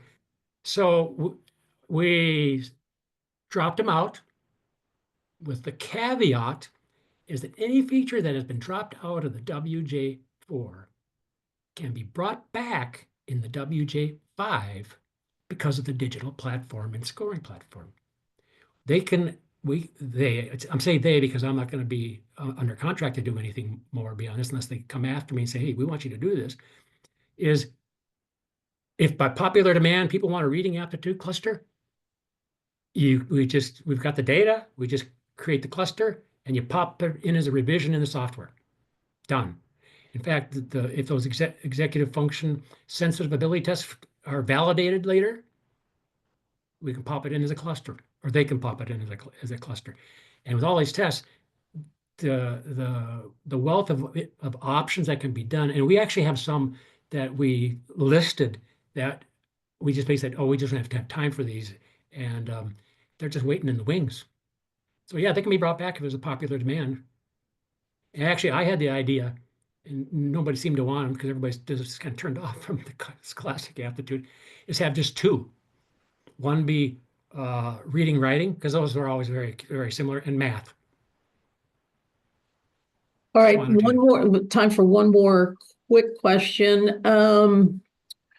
will we be getting the regression coefficients between the broad and narrow cognitive abilities and the achievement clusters? Will you be getting the coefficients between the narrow? In the current version of the technical manual, no. You will be getting, no. What's reported in the technical manual are the correlations between the, well, let me think about this. You get the correlations. The correlations are in the technical manual. All cognitive clusters that are available in the WJ V cognitive, and even those that are not being released at February 1, I'm just thinking this through, their correlations, not coefficients, with achievement are in the appendices. There's got to be a way somebody knows how to mathematically transform correlations to coefficients, but no, we don't put those coefficients in there. We never have put raw coefficients in, except the only time we put coefficients in is the weights for the GIA clusters. All right. Well, we are out of time. Thank you all for coming to the session. We hope you enjoyed the presentation. We truly appreciate hearing from you, Kevin. And we will see all of you in the next session with Nancy Mather. Thanks so much. Thank you.